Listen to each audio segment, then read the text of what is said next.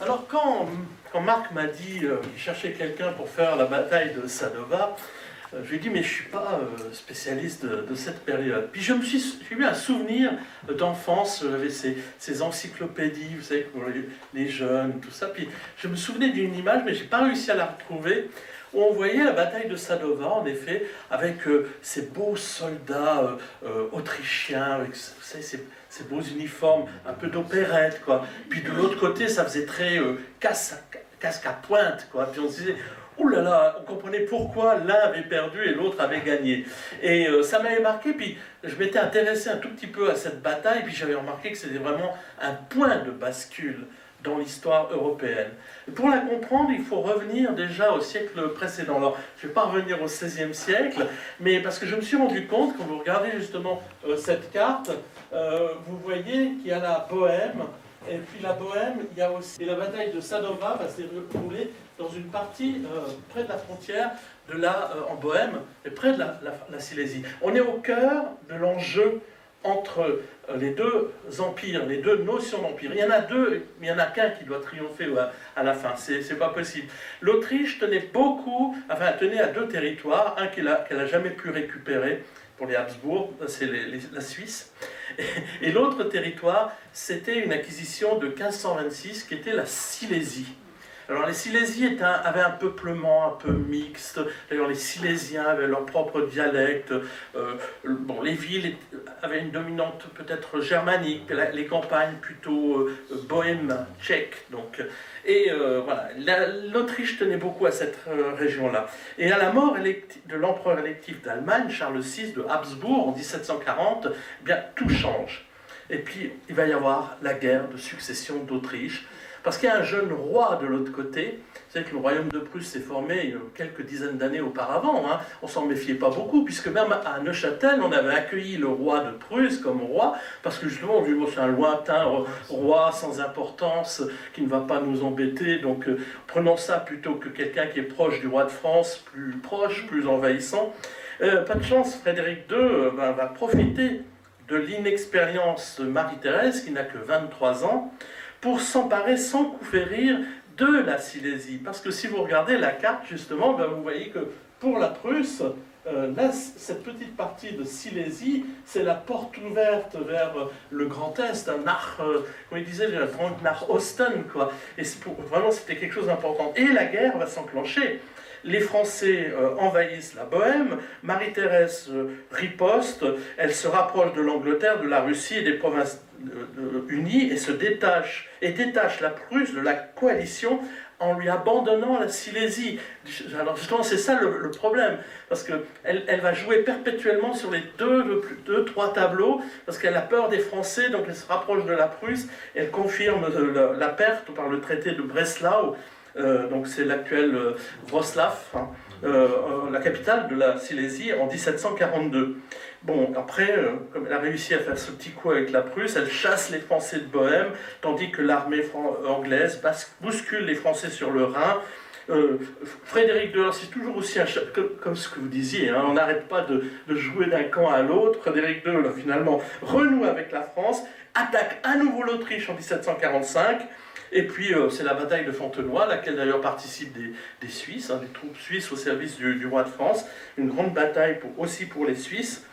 Et au résultat des courses, eh bien, l'empereur d'Autriche, Marie-Thérèse, accède à la tête de l'Empire, elle fait nommer François Ier, et puis on a une paix, la paix d'Aix-la-Chapelle. Alors c'est une paix où les Français auraient dû gagner d'ailleurs, mais Louis XV renonce à ses conquêtes. C'est l'expression de l'époque qui dit « travailler pour le roi de Prusse ». Il y avait une formule comme ça. Et bête comme la paix. On disait bête comme la paix parce que c'était une paix qui n'avait rien du tout servi. Et en fait, c'est une trêve. Parce que la vraie guerre, c'est celle qui va suivre, c'est la guerre de 7 ans, qu'on a qualifiée d'ailleurs de première guerre mondiale. Il ne faut pas l'oublier, parce qu'elle va se dérouler sur quasiment tous les continents. Et là, vous voyez pourquoi c'est important, cette question de Silésie, c'est que Marie-Thérèse veut reprendre la Silésie. Et pour reprendre la Silésie, eh bien, la Prusse étant en guerre entrer en guerre avec la France, eh bien, elle va s'allier avec la France. Donc c'est ce qu'on appelle le renversement des alliances. Une alliance totalement contre nature qui donnera après, d'ailleurs plus tard, le mariage aussi de le futur Louis XVI avec Marie-Antoinette. Hein, ça fait partie de... pour les gens, ça a été complètement incompréhensible. L'ennemi héréditaire, c'était l'Autriche pour les Français, et tout à coup, ils se retrouvent avec le 1er mai 1756, avec ce renversement des alliances. La Prusse fait tout pour éviter cela. D'ailleurs, elle fait de la contre-information. C'est étonnant parce qu'en ce moment, je suis en train de rédiger une biographie de Louis-Auguste Augustin d'Affry, qui est un fribourgeois qui a joué un très grand rôle dans la Révolution. Mais surtout à ce moment-là, il avait été nommé en 1755 jusqu'en 1762 l'ambassadeur de Louis XV aux Pays-Bas, aux Provinces-Unies. Alors là, il se confronte avec l'ambassadeur de Prusse, qui est le baron de Hélène, qui fait croire aux Autrichiens qu'il y a une alliance secrète qui fait que finalement, qui prévoit la garantie de la possession de la Silésie à l'Autriche en échange des Pays-Bas pour la France. Donc ça veut dire que c'était une manière de monter les Pays-Bas, d'empêcher les Pays-Bas de rester dans la neutralité. Et la France avait un besoin absolu de la neutralité des Pays-Bas. Donc vous voyez, c'est perpétuellement, pendant toute cette guerre, c'est un enjeu qui est vraiment très important. Le problème, c'est que donc l'Autriche a failli gagner à ce moment-là sur la Prusse. Mais pas de chance, d'ailleurs il y a eu l'affaire de Kolberg, il y a eu un film d'ailleurs pour montrer pour les nazis plus tard que les Prussiens pouvaient résister, donc ils s'étaient enfermés dans Kolberg. Le roi de Prusse avait failli être prisonnier, tout ça, mais pas de chance. La tsarine Elisabeth meurt le 5 février 1762, son neveu Pierre III est un admirateur absolu de Frédéric II, et donc il y a à nouveau un renversement, ce qui fait qu'à la fin, au traité d'Hubertsburg en 1763, eh bien, qui perd à nouveau la Silésie? L'Autriche. Et donc les Prussiens vont s'empresser d'ailleurs d'essayer de finir la germanisation de ce territoire, qu'ils vont défendre ensuite d'ailleurs bec et ongle, jusqu'en 1945. Il y a eu le siège de Breslau jusqu'au 5 mai 1945. C'était un territoire. Les deux entités tenaient absolument. Et donc voilà, c'est une grande victoire.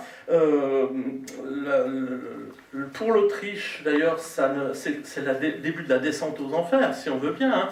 Hein. Heureusement qu'il y a eu les guerres de la Révolution et de l'Empire, parce que sinon ils auraient continué à s'affronter, Prussiens et Autrichiens, mais bon, alors, ils avaient un ennemi commun à ce moment-là, c'était la France, naturellement. Mais il n'empêche que, je ne vous apprends rien en vous disant que d'un point de vue suisse, l'Autriche perd définitivement les enclaves de Taraspes et de Résums dans les Grisons, perd en 1801 avec le traité de Lunéville définitivement la partie sud du Rhin, c'est-à-dire le Fricktal, et que même sous Napoléon, à partir de 1809, l'Autriche n'a même plus de frontière commune avec la Suisse. Elle perd même la Bavière, qui était aussi un autre territoire auquel elle tenait beaucoup. Donc il y a un affaiblissement. Alors bien sûr qu'en 1814, Metternich, etc., ça donne encore un aspect. L'Autriche arrive à sauver les apparences, mais quand on regarde bien qui commande en 1815, on voit que c'est les Britanniques avec la bataille de Waterloo, les Prussiens aussi jouent un rôle important, le tsar Alexandre joue un rôle énorme, et l'Autriche finalement, elle brille. On brille parce qu'on est à Vienne, parce qu'on y danse, mais c'est pas elle forcément qui en sort forcément vainqueur. Alors, l'Autriche continue donc à s'affaiblir progressivement, mais heureusement d'ailleurs pour nous en Suisse que cette bataille de Sadova arrive en 1866. Il ne vous a pas échappé qu'entre-temps, il y a eu ce qu'on appelle l'affaire de Neuchâtel. Donc, je ne vous la raconte pas, mais on n'a pas beaucoup de temps pour ça. Et vous savez qu'il y avait eu ce problème, il fallait absolument, à l'heure des nationalismes, que le roi de Prusse ne soit plus le prince de Neuchâtel. Vous vous rendez compte, s'il avait été prince de Neuchâtel en 1914, dans quelle situation on aurait été à ce moment-là? Il fallait liquider le plus vite possible cette question. Vous savez qu'il y avait eu des royalistes qui avaient essayé de reprendre le pouvoir, etc.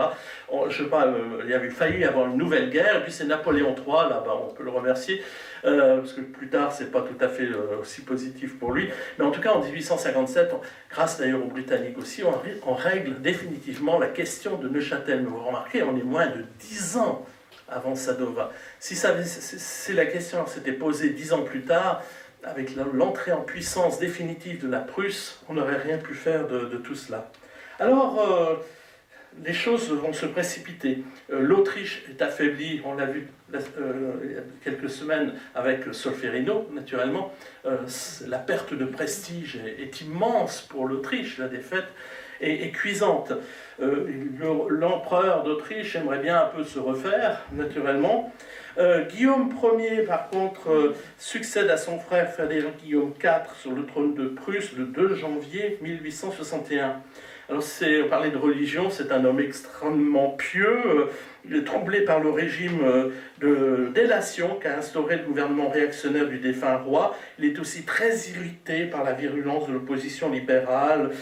Bref, il en appelle, il rêve d'un État un peu plus musclé, hein, et c'est pour ça qu'il fait appel, le 23 septembre 1862, à la chancellerie, à un homme énergique qui a 47 ans, et qui s'appelle Otto von Bismarck, tout simplement. Et alors, cette alliance est formidable, parce qu'ils s'entendent comme l'arbre en foire. Elle va tout simplement conduire à l'unification d'Allemagne en quelques années, en moins de 10 ans à ce moment-là. Et elle va radicalement modifier la carte de l'Europe en installant en son cœur un puissant État aux ambitions hégémoniques. En fait, il faudra 2 guerres pour un empire. Finalement, hein. La guerre, tu l'as évoqué, de Sedan, et puis la guerre contre l'Autriche. Parce que rapidement, on l'a appelé le chancelier de fer, hein. Ce n'est pas un surnom qui a été galvaudé. Premièrement, il fait capoter une dernière tentative de l'empereur d'Autriche, François-Joseph, d'unifier l'Allemagne autour de Vienne. Et là, c'est un rêve de transformer cette confédération germanique en un véritable État, une confédération gouvernée par un État central. Parce que c'est ça qui manquait, hein, naturellement, c'était les confédérations. C'est l'héritière du Saint-Empire romain germanique, où il n'y a pas de principe unificateur tacite, un peu comme la Suisse d'Ancien Régime. Bismarck, il a réussi à convaincre donc, son souverain de ne pas y aller, et il est très malin, il va conclure d'abord un traité avec la France, un traité de commerce, qui lui vaut l'amitié de l'empereur des Français. D'ailleurs, les Suisses vont aussi faire un traité de commerce à ce moment-là avec l'empereur des Français. C'est encore mieux, il signe une convention militaire avec le tsar Alexandre II pour l'aider d'ailleurs à réprimer un soulèvement en Pologne. Hein, bien sûr, soulèvement en Pologne, c'est assez récurrent à l'époque. Donc cette amitié, en parenthèse, du tsar, va lui laisser les mains libres. C'est ça qui est formidable. L'habile chancelier n'attend plus que l'occasion d'ouvrir les hostilités avec l'Autriche, alors avec 2 conceptions totalement différentes, bien entendu. Une Allemagne unifiée germanique, et de l'autre côté, un État à vocation multiculturelle, par la force des choses, qui est l'Autriche, qui n'est pas encore l'Autriche-Hongrie. Hein. L'autre jour, il y a eu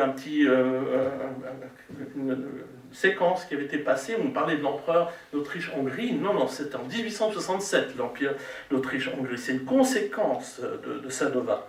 Et bien entendu, survient, alors ça je ne veux pas le répéter, l'affaire des duchés danois, qui donne un prestige absolument inouï à la fois au chancelier prussien, qui veut d'ailleurs unifier l'Allemagne. C'est bien le but, hein, c'est un prémisse à tout cela, on commence par là.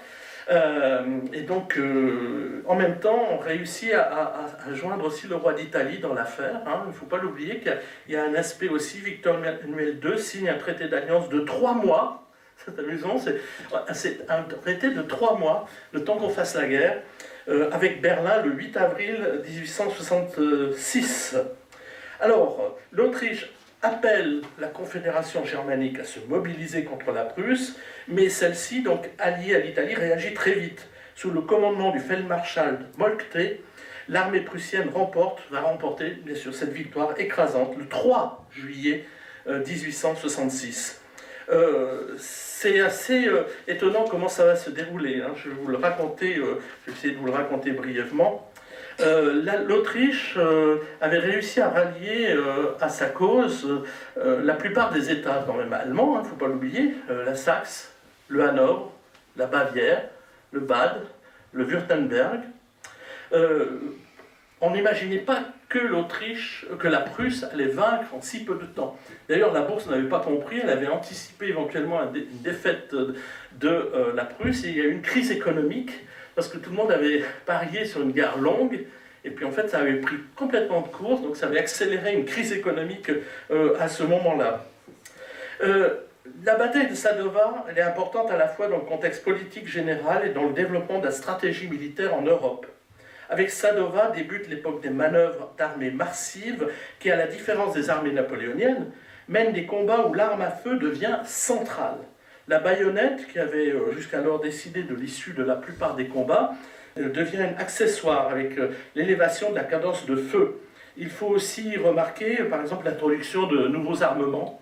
La Prusse utilise des fusils Drese à aiguille, Preußisches Nadelgewehr ou Zunnadelgewehr pour les spécialistes.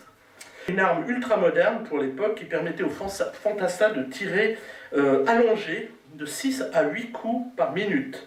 Ils se rechargeaient par la culasse, alors que les Autrichiens n'étaient équipés que de fusils à piston. Ça faisait déjà la différence. Il fallait recharger debout après chaque tir. C'était quand même plus facile en étant couché. C'est la tactique du commandement qui est aussi bouleversée, jusqu'alors sous l'influence de Frédéric II de Prusse. La tactique imposait un strict respect des consignes de l'état-major, tandis que là on introduit beaucoup plus de souplesse. D'ailleurs ça s'était fait depuis Iéna par exemple, c'était moins statique. Et puis bien sûr on a utilisé des moyens modernes, on a parlé de Solferino, les Français avaient utilisé le train, eh bien les Prussiens ont aussi utilisé le chemin de fer. Le commandant en chef Moltke, ancien élève de Clausewitz, utilise les moyens fournis par les techniques modernes pour mettre en œuvre des plans complexes, fondés sur le respect exact des mouvements quasi minutés, parce qu'on va utiliser le télégraphe. Vous savez, on utilisait beaucoup des estafettes jusqu'alors, tandis que là, on utilise le télégraphe. D'ailleurs, il va y avoir un problème de flottement pendant la bataille, parce qu'il y a un télégraphe qui ne fonctionnait pas, donc on avait quand même dû envoyer des estafettes. Alors donc, le prince héritier qui était tenu en réserve, le prince héritier de Prusse, est arrivé tard dans la bataille, à un moment où cette bataille est tournée plutôt en faveur des Autrichiens. C'était des plus simples. D'ailleurs, Moltke disait que son plan de bataille était des plus simples. Il se fondait sur le principe, quoique difficile à mettre en œuvre dans la pratique, marcher séparément, frapper ensemble. Getrennt marschieren, vereint schlagen. C'est ça que je prononce juste, à l'allemande. Après, ainsi, 3 armées sont mises en marche par le haut commandement prussien à la fin de juin 1866. Donc le prince héritier, Frédéric Charles de Prusse, la seconde sous celui de son cousin, on reste toujours en famille, hein, Frédéric Guillaume, le futur Frédéric III, et la troisième, l'armée de l'Elbe, sous le commandement du général Erwart von Bittenfeld. Celle-ci devait, par un large mouvement d'encerclement, anéantir l'armée autrichienne de Benedek, qui est un général qui croyait vraiment, lui, en sa victoire. Si le plan fonctionna, c'est sans doute également grâce à l'absence de cohésion au sein de la coalition dirigée par l'Autriche. C'était des troupes venant de toutes les provinces, c'est-à-dire qu'on ne parlait pas la même langue, et c'était extrêmement difficile à gérer. Les Prussiens avaient un commandement à l'allemande, en langue allemande, tandis que là c'était moins évident, des gens qui ne se connaissaient pas forcément, qui travaillaient ensemble. Lui aussi d'ailleurs disposait de 3 armées qui lui obéissaient que très théoriquement et assuraient la défense de Francfort, de Munich, donc ils préservaient plutôt leurs arrières plutôt que de vouloir combattre effectivement. Alors il y avait déjà eu plusieurs combats dans la région du nord-est de la Bohême, parce que toujours cela doit se faire en Bohême ou en Silésie, hein, parce que c'est l'enjeu majeur, c'est de tenir ces territoires-là. C'est pas pour rien que d'ailleurs, si je fais un aparté, c'est qu'en 1938, en 1939, quand les nazis arrivent après avoir annexé l'Autriche, leur second objectif c'était d'annexer la Bohême, Bohême-Moravie, avec le pays des Sudètes comme prétexte, parce que ça a toujours été un objectif d'acquisition. D'ailleurs, ça faisait partie de la coalition germanique, ça passe à travers... c'est pour ça que la Slovaquie n'en fait pas partie. Et Hitler n'a pas mis ça comme objectif, c'est un État indépendant, entre guillemets. Donc, vous voyez, il y a une permanence de l'histoire. Et donc, c'est au petit jour du 3 juillet que tout ce petit monde se rencontre à Sadova. En fait, à l'origine, elle n'a que la première armée, comme je vous dis, tout le monde n'était pas arrivé, en raison de cette coupure de ligne télégraphique, mais malgré tout, ils arrivent à résister. Les Autrichiens avaient réussi à tirer les Prussiens dans une zone boisée, parce qu'il s'est fait que leurs armes aux Prussiens était beaucoup plus performante. Tandis que si on était dans une forêt, c'était plus difficile à utiliser. Donc ils étaient quand même pas idiots. Et ils ont eu très peur, les Prussiens, au début, à tel point que Bismarck souffle même à un proche que si l'armée du prince héritier n'arrivait pas avant qu'il n'ait fini son cigare, il se tirerait une balle dans la tête. Lui, Bismarck. Donc, pour vous dire qu'à un moment donné, la bataille est vraiment incertaine. Mais les Autrichiens sont trop sûrs d'eux. Ils ne finissent, comme on ne dit pas, le travail. Ils veulent soigner un petit peu les choses. Et à 14h30, c'est un peu comme Blücher à Waterloo, hein, c'est un petit peu la même chose. En haut du colline, qui voit-on arriver? Le premier régiment des gardes, prussiens bien entendu, ce qu'on appelait aussi le premier régiment de la chrétienté, premier régiment des gardes, ainsi surnommé par les contemporains, toujours cet aspect religieux. Hein. On oublie toujours, on essaie toujours de négliger les dimensions religieuses, mais là on est dans un aspect où il y a quand même cette idée des protestants face à des catholiques, il ne faut pas l'oublier. D'où l'importance de la conquête de la Silésie, qui était supposée être catholique d'ailleurs. Ce premier régiment prend Chlum, à l'est de Sadova, et derrière le centre autrichien, tandis que dans le même temps, l'armée de l'Elbe prend Probuls et enfonce le flanc gauche autrichien. Vous voyez, ça commence à mal se passer. En quelques minutes, ils perdent même 10 000 hommes, les Autrichiens. Face à la menace d'un encerclement de l'ensemble de son armée, Benedek abandonne la partie et ordonne le retrait de ses troupes, poursuivies par la cavalerie prussienne. Alors, les suites c'est les suites surtout qui sont hyper importantes. Hein. La signification de la bataille n'échappe pas aux contemporains immédiatement. Hein. Dans le Paris du Second Empire, on craint que ne se crée sur la frontière Est un voisin puissant et uni sous la domination de la Prusse, et très vite apparaît le slogan d'appel à la bataille pour empêcher la Prusse d'unir plus avant l'Allemagne, « Revanche pour Sadova ». C'est à Paris qu'on le dit ça, « Revanche pour Sadova ». Ils auraient mieux fait de ne pas favoriser la Prusse.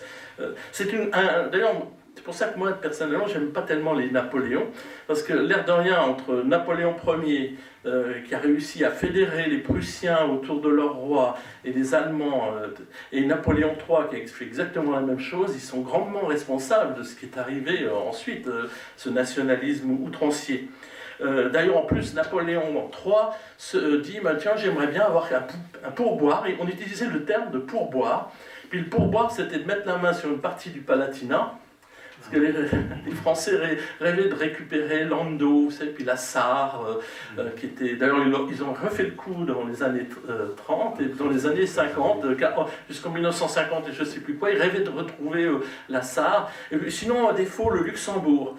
Alors forcément, Bismarck est très très malin, avait laissé fuiter cela, et puis il a dit, vous vous rendez compte, ces Français qui veulent prendre des territoires germaniques, et puis ça a contribué à commencer aussi à créer un climat d'hostilité envers Napoléon III et la France, alors que Napoléon III et la France avaient favorisé la victoire des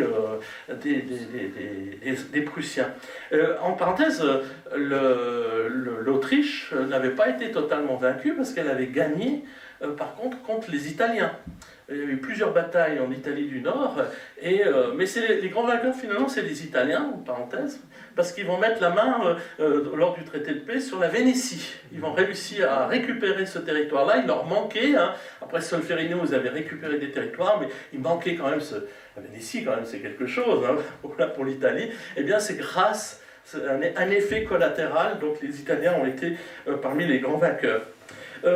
Bien sûr que Ludwig von Benedek, certes un stratège doué, mais tenu responsable pour cette débâcle, il faut toujours un responsable, toujours un fusible, et donc il va être traduit en justice. Pas tout à fait, parce que l'empereur, vous savez, c'est un grand sentimental, François-Joseph, hein, on le voit d'ailleurs avec... Si, un grand sentimental, et il aimait beaucoup ce Benedek, et puis alors il dit non, il ne faut pas le condamner, il faut pas, alors bon, on va le laisser finir ses jours, même s'il a commis des erreurs, et en fait on mettra la défaite sous le dos des Hongrois. Oui, parce que les Hongrois, ils avaient bêtement contre-attaqué dans les bois de Swip, ce qui avait conduit à rompre le front autrichien et à permettre l'encerclement par le régiment prussien qui était justement en retard. Donc les Hongrois, oui, ils aimaient bien faire des charges. Vous avez l'image hein, des grands cavaliers hongrois. Et voilà, ça s'est passé comme ça. Sur le plan économique et financier, il y a eu des conséquences importantes parce que cette crise de 1866 qui avait trouvé déjà un début en Angleterre, eh bien, va se développer à travers toute l'Europe. Et donc, ça a été une grande perte pour les agents de change qui avaient vendu à découvert, croyant à une guerre plus longue, ce qui avait mis bien à mal la place de Paris. Et c'est raconté par Émile Zola. Je ne sais pas si vous connaissez un livre qui s'appelle L'Argent. Il met un personnage fictif, mais inspiré de la réalité, qui est le banquier Saccard, qui est héros de cette histoire et qui s'enrichit au lendemain de Sadova en rachetant à la baisse des actions qui vont ensuite bénéficier de la fin rapide de la guerre. Donc c'est raconté par Émile Zola. Il y a un roman allemand, Theodor Fontane, je ne sais pas si vous le connaissez, c'est une famille d'origine française protestante qui est réfugiée en Prusse, et qui avait écrit en Ephibriste en 1895, et il met au monde, c'est l'héroïne qui met au monde sa fille Annie le jour de la bataille de Königsgrätz, parce que c'est comme ça son nom, hein, c'est son nom en allemand, et au matin du 3 juillet, on peut lire dans ce roman, se tenait à côté du lit de Effie, un berceau, le docteur Hahnemann tapota la main de la jeune mère et lui dit « Aujourd'hui, c'est le jour de Königsgrätz. C'est dommage que vous ayez une fille. Mais vous aurez peut-être un garçon un jour, car les Prussiens ont beaucoup de belles victoires devant eux. » Vous voyez, donc c'est impressionnant. Et c'est de cette bataille que vient d'ailleurs un proverbe, « Les Prussiens ne tirent pas si vite ». Alors on pensait longtemps que c'était un rappel ironique dû à la supériorité des fusils prussiens qui leur permettait de tirer en fait plus vite. Non, c'est parce que quand on était un déserteur, on était censé être condamné à mort, puis les Prussiens n'aimaient pas gâcher. Donc ils battaient comme plâtre celui qui était déserteur qu'on avait repris, mais ils ne le tuaient pas pour le récupérer, pour devenir un soldat. Donc on ne le fusillait pas, d'où l'expression « les Prussiens ne tirent pas si vite ». On n'exécute pas si vite, voilà. Alors qu'on lui a appris la nouvelle de la défaite, l'empereur d'Autriche est présumé avoir dit d'une façon bien peu impériale à propos de son général Benedict, l'imbécile, der Trottel. Bon, comme je vous ai dit, il l'a bien excusé ensuite. Alors il y a plusieurs grands personnages qui ont bataillé dans cette grande bataille. Hindenburg, par exemple. Ah oui, le futur maréchal, commandant en chef des forces allemandes durant la Première Guerre mondiale, futur président de la République de Weimar, le dernier avant le chancelier Hitler. Il servait en tant qu'officier dans la troupe prussienne lors de la bataille de Sadova. Le prince Gaëtan de Bourbon-Sicile, qui était officier dans l'armée autrichienne. Alors lui, il n'a pas supporté la défaite et il mit fin à sa vie 5 ans plus tard. Il n'avait que 25 ans. Bon, ça avait failli coûter très cher donc à l'Autriche parce que 3 semaines après cette bataille de Sadova, ben, les Prussiens sont devant, à 60 km de Vienne quand même, c'est pas très loin, à Nikolsburg. Et c'est là, le 22 juillet, qu'est signé l'armistice. Mais Bismarck est malin. Il ne veut pas humilier l'Autriche. Il se dit, l'Autriche peut encore servir. Elle n'est plus, il ne faut pas qu'elle soit dominante, elle ne peut plus l'être maintenant, c'est fini. Après Sadova, le prestige de l'Autriche à ce niveau-là est vraiment anéanti, et cette fois à jamais. J'ai oublié de dire qu'il y avait eu une première pseudo-bataille de Sadova au siècle précédent, en 1774-76, où ils avaient campé à cet endroit-là, les Prussiens, face aux Autrichiens, mais ils n'avaient pas eu d'engagement militaire. Pour vous dire que cet endroit était vraiment un lieu très symbolique. Et il dit qu'il faut rétablir la vieille amitié avec l'Autriche. Donc finalement, aucun territoire n'est perdu. Bon, pour l'Autriche, elle n'a jamais récupéré la Silésie, mais elle a perdu la Vénétie, mais elle n'a pas perdu de territoire face aux Prussiens. C'est ça qu'il faut. Donc l'humiliation est quand même limitée. Mais quand même, la Prusse annexe la plupart de ses adversaires d'Allemagne du Nord. C'est eux qui ont perdu en fait la guerre. Le Hanovre, le Nassau, la Hesse-Cassel sont bien sûr consultés les populations, ça c'est évident. C'est donc un seul tenant, la Prusse dorénavant, de la Sarre au Niémen, pas l'oublier. Hein. Et le 15 décembre 1866 est fondée la Confédération de l'Allemagne du Nord, où en réalité le pouvoir appartient au président héréditaire, qui n'est autre que le roi de Prusse, naturellement Guillaume Ier, assisté bien sûr de son fidèle chancelier Bismarck. Il ne manque plus à la nouvelle confédération que d'être rejointe par les grands États du Sud, le Bade, la Bavière, pour que toute l'Allemagne soit enfin unie. On trouvera bien un adversaire. Et cet adversaire, on se tourne vers l'ouest pour le trouver. On arrivera bien à le piéger, ce pauvre Napoléon III, si naïf. Et puis ça se fera en 1870.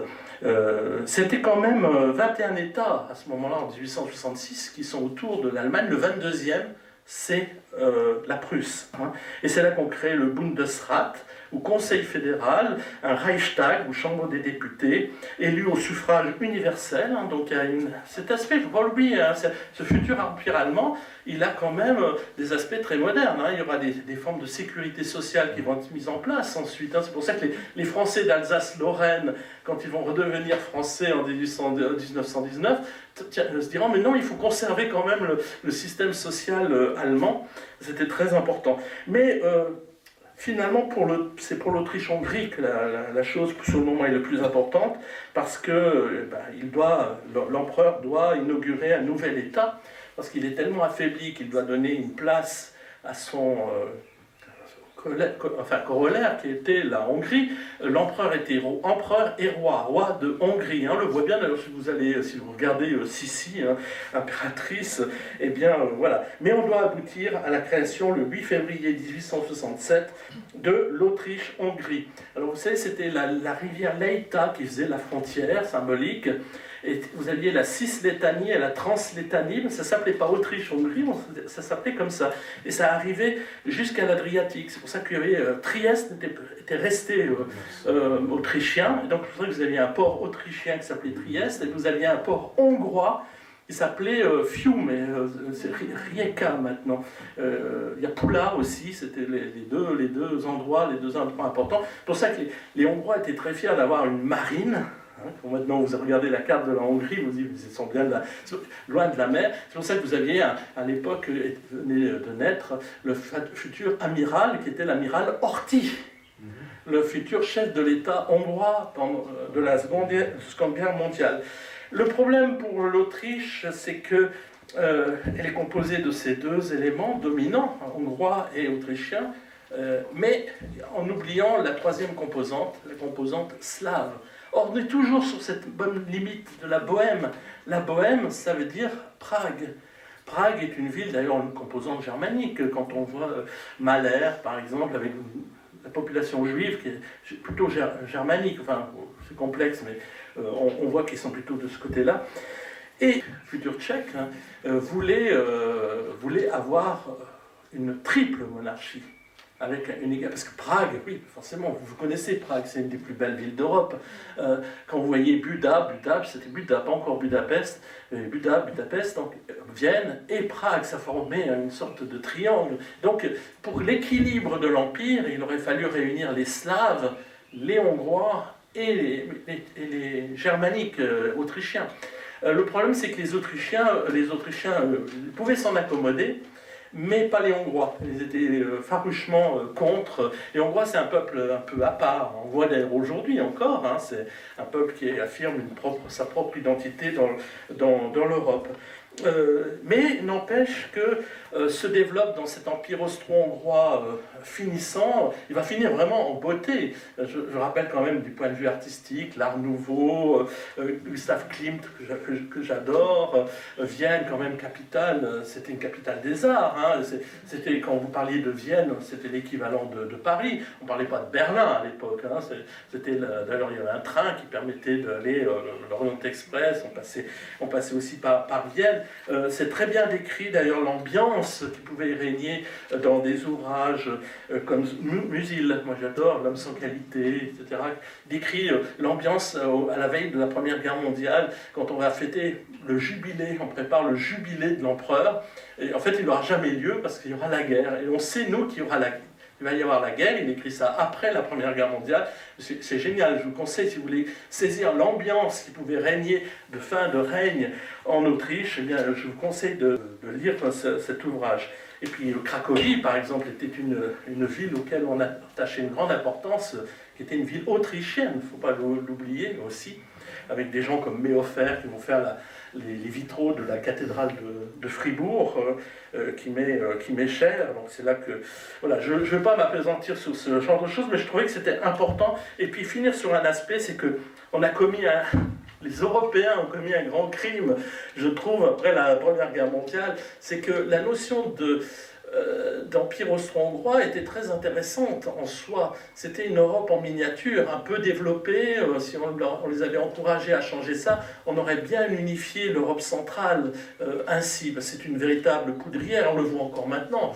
Vous allez voir que tôt ou tard, la Bosnie-Herzégovine va devenir à nouveau un sujet de mécontentement de grande intensité. On voit qu'il y a toujours des revendications territoriales entre ces différents États qui ne le disent pas, mais les Hongrois aimeraient bien récupérer des territoires. Même les Polonais, j'entendais l'autre jour les Polonais qui me disaient « Ah mais oui, mais on avait quand même la Podolie qui allait jusqu'à Kiev. » Donc, c'était juste. Donc, tout ça, ça avait été quand même bien unifié. Alors, à cause de Clémenceau, à cause de Wilson, du droit des peuples à disposer d'eux-mêmes, on a fait éclater sans aucune préparation cet empire austro-hongrois. D'ailleurs, on voit qu'on revient en arrière, puisque la Tchécoslovaquie a éclaté en deux entités qui rappellent justement cette division de l'Europe ancestrale. Voilà. C'est ce que je voulais vous dire sur cet aspect de... Alors, curieusement, je voudrais finir sur une note qui est dérangeante. C'est quand même Hitler qui a réussi à réaliser pour quelques années seulement le vieux rêve allemand de réunifier tous les Allemands. Et sauf la Suisse. Bon, ça on garde. Gardez ça comme... C'était censé être la cerise sur le gâteau. On va dire ça comme ça. Mais disons, en grande partie, ils avaient réussi à rétablir ça pour quelques années. Voilà.